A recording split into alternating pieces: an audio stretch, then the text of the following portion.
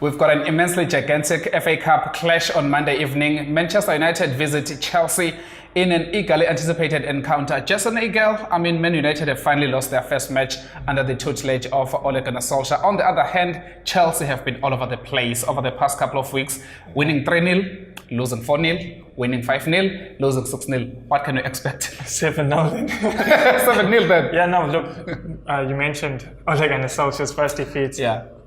I think there were plenty of positives to take from that game. They lost to a PSG team who were much better on the day. You could see it as just a mismatch in quality, and Ole Gunnar Solskjaer did say that you could see this team haven't been playing at that level for a while now, and it'll take time. So, look, I don't read too much into that game. You can't really point at any Man United player and say they were horrible on the day. So, apart from Alexis Sanchez. Yeah, he was pathetic. I would have loved to see United playing on with, if they didn't get injured, with Jesse Lingard and Anthony Martial. I think it would have been a different game altogether. We were about likely to miss this weekend. So, mentioning that would be a terrible blow. Yeah, mentioning that, United had two former Chelsea players, Romelu Lukaku and Juan Mata, who will probably come in.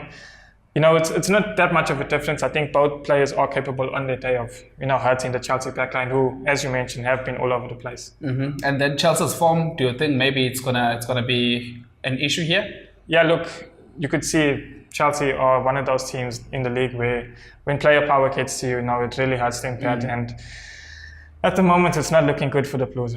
Okay, Maurizio Sarri. Yeah, what about him? No, I'm asking Sarri, Paul, is it going to be able to compete in the English Premier League?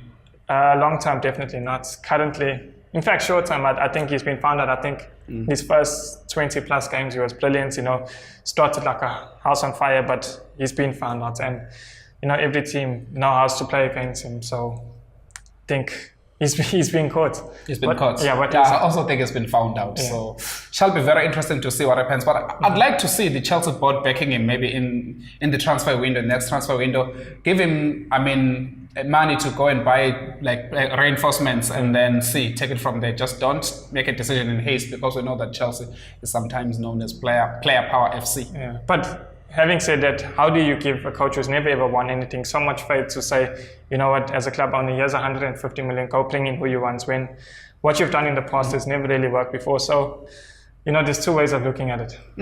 All right, very interesting. Let's predict the outcome of this particular game. We know that Hollywood has got some awesome specials as well. Pogba looked frustrated in midweek, getting sent off, so he's going to have a point to prove against the Chelsea midfield, who have been just like the defense all over the place, and Jorginho hasn't impressed me of late. So I think Pogba will score the first goal here at 11-1 and Man United win. What do you say? I'm also going to go 11-1, but I'm not backing Martial or Lingard or any other player that I'm not sure will be fit for the encounter. Yeah. So I'll put my money on Marcus Rashford to score anytime and United to win.